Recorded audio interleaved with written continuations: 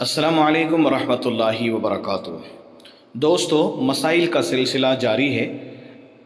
آج ہم ایک مسئلہ لے کر آئے ہیں، پیشاب کے قطرے بار بار آتے ہیں، تو ایسی حالت میں ہم نماز اور قرآن کیسے پڑھیں؟ اس مسئلے کو پورا دیکھیے اور تفصیل سے سنیے۔ ایک بھائی کا سوال ہے کہ مجھے پیشاب کے قطروں کی بیماری ہے۔ اکثر دن میں کئی مرتبہ پیشاب کا قطرہ نکل جاتا ہے، جس کی وجہ سے میرے کپڑے یعنی انڈر ویئر بھی خراب ہو جاتی ہے۔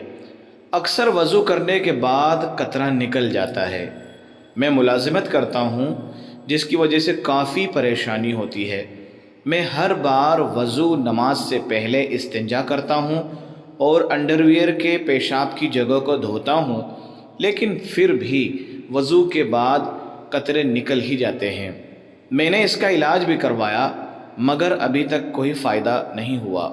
بار بار انڈر ویئر کی جگہ دھونے سے اور نیچے کی جگہ گیلی رہنے کی وجہ سے فنگس جیسی بیماری بھی لگ گئی ہے۔ میرا سوال یہ ہے کہ میں اس پریشانی میں نماز اور قرآن کیسے پڑھوں؟ کیا وضو کرنے کے بعد اگر قطرہ نکلے تو میں دوبارہ وضو کروں، یا پھر ایسے ہی نماز یا قرآن پڑھ سکتا ہوں؟ کیا میں اپنے عضو خاص کو کسی کپڑے سے پٹی کی طرح لپیٹ کر پھر وضو کر کے نماز یا قرآن پڑھ سکتا ہوں؟ آئیے اس کا جواب سنتے ہیں۔ اگر آپ معذور شرعی میں داخل نہیں ہیں، بئی طور پر کہ آپ کو نماز کے پورے وقت میں اتنا وقت مل جاتا ہے کہ آپ اس میں باوضو رہ کر نماز ادا کر لیا کریں، تو آپ پر باوضو نماز ادا کرنا ضروری ہوگا۔ اور اگر دوران نماز قطرے آ گئے تو دوبارہ وضو کر کے اور جس جگہ قطرے لگے ہیں ان کو پاک کر کے نماز ادا کرنا ضروری ہوگا۔ اسی حالت میں نماز ادا کرنا درست نہیں ہوگا۔